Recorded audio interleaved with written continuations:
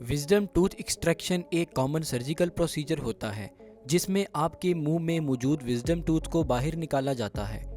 Wisdom tooth हमारे मुंह में सबसे लास्ट पर निकलने वाले दांत होते हैं जिन्हें मोलर्स का लास्ट सेट भी कहा जाता है। ये दांत आमतौर पर 17 से 25 साल की उम्र में निकलना शुरू करते हैं और इस लेट उम्र में निकलने की वजह से इन्हें विजडम टीथ कहा जाता है। क्योंकि ये दांत जवानी की उम्र में निकलते हैं, इसलिए ज़्यादातर केसेस में हमारे मुंह में इन दांतों के लिए स्पेस अवेलेबल नहीं होती, जिसकी वजह से कुछ लोगों में ये दांत निकलते वक्त बहुत ज़्यादा पेन और स्वेलिंग कॉज करते हैं और बाज़ औक़ात पस जमा होने का भी ख़तरा रहता है। इसलिए ऐसे लोगों में विजडम टीथ को बाहर निकालने की रिकमेंडेशन दी जाती है।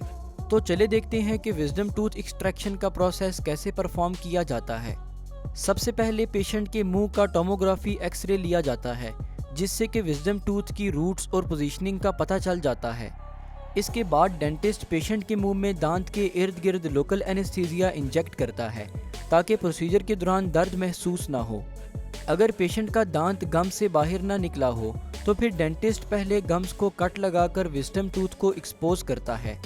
इसके बाद डेंटल इक्विपमेंट्स की मदद से विजडम टूथ को 2 पार्ट्स में काटा जाता है और फिर एलिवेटर इंस्ट्रूमेंट की मदद से दांत को बाहर निकाला जाता है और बाज़ औक़ात दांत को खींच के बाहर निकालने के लिए मेटल ट्वीज़र्स की भी हेल्प ली जाती है।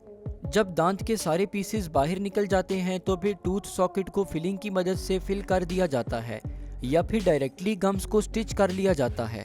ब्लीडिंग को रोकने के लिए बाज़ औक़ात गम्स पर गॉज़ रखा जाता है और इस तरह टूथ एक्सट्रैक्शन का प्रोसेस कंप्लीट हो जाता है। शुक्रिया, अल्लाह हाफिज़।